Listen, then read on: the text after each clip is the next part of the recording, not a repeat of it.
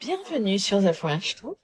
Aujourd'hui, en interview exclusive, Madame Faiza Chaker. Alors, le titre que je préfère pour la définir est ambassadeur de paix en France. Elle est multicasquette et elle a accepté de nous accorder une interview exclusive. Bienvenue Faiza Chaker. Merci à vous. Heureux d'être parmi vous. De même. Je me présente. Je suis d'origine tunisienne. J'ai vécu plus que 50 ans en Tunisie. Je suis mère de 2 enfants, 35, plutôt 32 et 38 ans. Et un petit-fils de 9 ans presque. Donc, ça fait presque 10 ans que je suis en France. Et je me présente. Donc, je vais me présenter sur le plan professionnel, puis par la suite sur le plan associatif, parce qu'il y aura une continuité. Donc, je suis bac+2, presque, j'ai pas terminé mes études. Là, je suis en train de préparer mon master en management et administration des entreprises. Il y a un circuit à VAE, c'est-à-dire de certifier le parcours qu'on a fait. Vu que j'ai un certain parcours assez atypique, pas atypique, mais assez long. Donc, je vais me présenter sur le plan professionnel, puis par la suite sur le plan associatif, parce qu'il y aura une continuité. Donc, je suis bac+2, presque, j'ai pas terminé mes études. Là, je suis en train de préparer mon master en management. Je disais que je prépare un master en management et administration des entreprises. C'est spécialisé surtout les RSE, développement durable et tout ça, et les entreprises. C'est deux créneaux. Donc, j'ai travaillé dans les années 84. Dans une société parentale, je m'occupais des appels d'offres nationaux et internationaux. J'ai commencé à travailler sur la méthodologie, sur le télé, sur le fax, sur le France-Tech, sur l'Excel. C'était les grands ordinateurs, puis le Word. Et j'ai travaillé pendant 16 ans dans cette société que mon père a créée en les années 54. C'était bien avant l'indépendance. Et bien sûr, c'est donc je disais, c'était dans les années 96. J'ai monté mon propre verre et puis j'ai développé en société de vente et après-vente de matériel informatique, puis une société de consulting. J'ai fait beaucoup de d'activités. Et ça c'est de côté mais par la suite, en ce sens, j'ai intégré l'UTICA. C'est le syndicat du patronat tunisien. C'est comme le MEDEF. C'était le régional. Par la suite, j'ai été élue sur le national. On est élu 18 membres sur un millier de French. La seule chambre multisectorielle, c'était la chambre des femmes chefs. Les autres chambres étaient sectorielle, mais la chambre nationale des femmes chefs. Ça, c'est ce qui est du côté de l'UTICA, du patronat, de syndicat. Et là aussi, en 93, j'étais membre fondateur d'un club, Lance Club mixte. C'est une première en Tunisie. Parce que les clubs Lance Club, c'était des clubs dans les années 60, c'est des clubs blancs. Là, c'est le premier club en Tunisie mixte. Il y a presque plus qu'une quarantaine de clubs en Tunisie. Et par la suite, j'ai intégré un club non mixte avec 3 femmes, devenir mixte. Et par la suite, c'est après la Révolution, je suis devenue présidente de ce club. C'est le Lance Club, c'est chaque année, le président doit être renouvelé. On n'a pas le droit se représenter avant que le tout. Bon, là, ça suffit pour l'après-midi parce que j'ai d'autres actions, mais bon. Face à la France, arrivé en France, c'était après la Révolution. Mon mari est décédé juste avant la Révolution.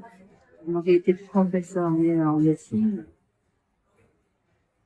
Et là, mes enfants sont en France, installés en France, et puis en 2014, il est venu me dire de venir s'installer chez lui. Et là, je suis partie m'installer chez lui, en France. Et bon, j'ai au début intégré, c'était juste lors des élections, des premières élections présidentielles et législatives en Tunisie. Donc, j'ai intégré le mouvement, j'étais dans ce mouvement, dans la campagne électorale. Je dis, allez. Et puis,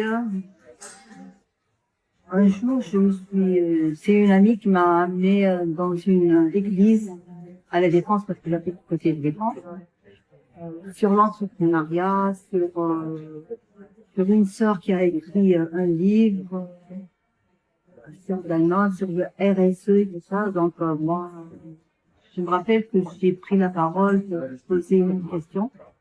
Et là, c'est mes parents, la Fédération de la paix, qui m'ont remarqué, qui sont venus vers moi, qui m'ont invité à comment travailler dans cette fédération. À la suite, je suis devenue ambassadeur de paix. D'accord. Très bien. J'ai aussi intégré une association partenaire de l'UNESCO, du CAP, et j'ai représenté cette association au congrès d'élective du comité de liaison auprès de l'UNESCO pendant 2 ans.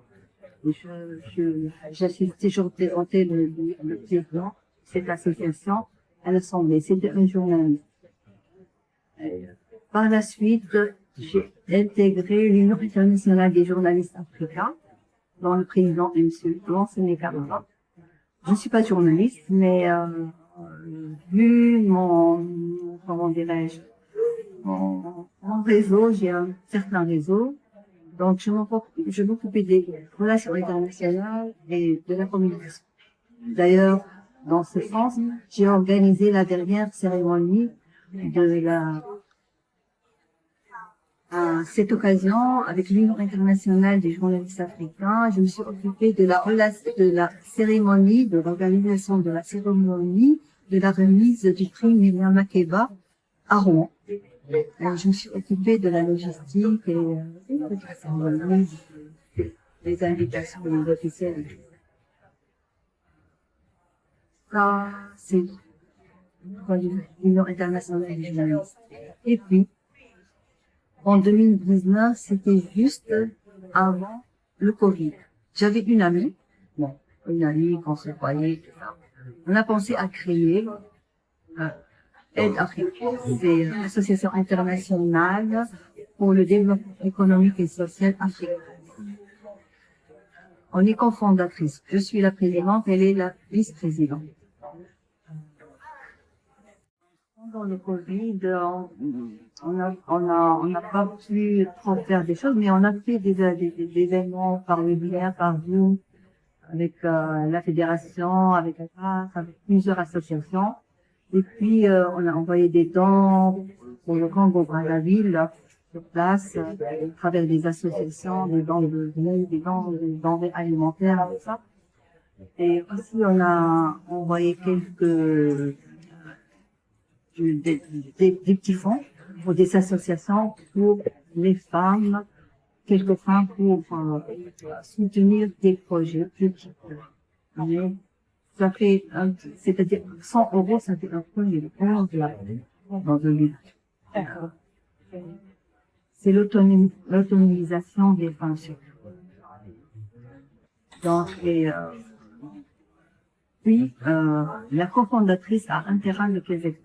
Et donc, on a pensé à créer sur ce terrain de 15 hectares un orphelinat et un centre de formation avec femmes pour les filles, essentiellement. Pour le moment, on a pu collecter 20 000 euros. J'espère, hein. Mais le coût du projet total, c'est dans l'ordre de 50 000 euros. Donc, on commence par ça, on a commencé par ça. Et justement, on lance un appel pour des aides, d'accord? Et pour des associations sur place, on a déjà des associations sur place. Et on a créé des associations sur place. Il y a mise en place d'associations. Même sur le logo, tout ça, on les a encadrés. Le statut, les concours de statut, tout ça, on les a encadrés par vous. C'est un groupe scolaire à partir de la maternelle jusqu'au bac, et puis l'école de santé du week-end. Donc, sur le plan associatif, on est en train de faire de préparer des échanges d'étudiants, des échanges de formation, de fournitures, de bureaux, de matériel. Mais le président a une autre vision, c'est d'agrandir cette activité, surtout avoir le concept un peu voir plus grand. Là, on est en train de voir autre chose. Pas dans la société, autre chose. Donc, c'est un appel aussi à ceux qui veulent aider, parce que c'est un groupe scolaire. Alors, pour aborder le volet confidence, vous m'avez confié la semaine dernière que vous devez recevoir une distinction dans un pays d'Afrique, sans le citer. Alors, est-ce que vous pouvez nous dire de quoi il s'agit? Ben, puisque vous le dites, autant le dire et lancer un appel pour une délégation, si possible, de femmes et d'hommes. Hein. Ce concept, c'est le 7e sommet international des femmes leaders sous le haut patronage de 2 ministères. Et là, je serai une invitée d'honneur avec une remise de trophée. Ça sera vers début août. D'accord. Donc, ça, et puis je vous communiquerai tous les détails à travers madame. Très bien. Alors, nous allons aborder le mot de la fin. J'aimerais savoir, Faiza Chaker, si vous aviez un conseil à donner à une femme, aux femmes, et pour valoriser l'empowerment féminin, quel serait-il? Ben, je dirais peut-être, je veux dire quand vous avez une idée, n'hésitez pas à aller au bout, mais n'écoutez surtout pas les autres, parce que on vous dira, vous allez vous casser la figure. C'est ce que on m'a conseillé, de ne rien faire, de rester là où je suis, de te suffire à ce que tu as. Ben non, faut prendre son courage à deux mains et avancer. Donc, juste si vous avez une idée et que vous êtes convaincu de votre idée, ne demandez pas de qui va vous être d'accord ou pas d'accord. Avancez. Et là, c'est vrai, c'est pas facile. On peut tomber, mais surtout se redresser. Et ne pas se décourager. Et avancer. Mais finalement, on finit toujours par trouver son chemin. Voilà. C'est le mot de la fin avec Madame l'ambassadeur de paix, Faiza Chaker. Les coordonnées pour le site du projet aide-du6 af.com seront indiquées sous l'interview. Madame Faiza Chaker est très active sur les réseaux sociaux, notamment Facebook. Donc, si vous voulez la contacter pour faire partie de sa délégation, pourquoi pas. Je suis devenu créateur digital Facebook. Très bien. Je cible un domaine bien déterminé. Bon, c'est pas facile d'avoir des followers ce concept entrepreneuriat, social entrepreneuriat. Donc, mais ça a du potentiel, ça enrichit. Voilà. Très bien, très bien. Alors, Faiza Chaker, je vous remercie beaucoup pour cette interview exclusive. Merci pour cette immersion, cette semaine d'immersion à l'UNESCO lors de la semaine africaine. Je tenais vivement à vous remercier en ce sens et merci de m'avoir inspiré. Je vous en prie. Hein.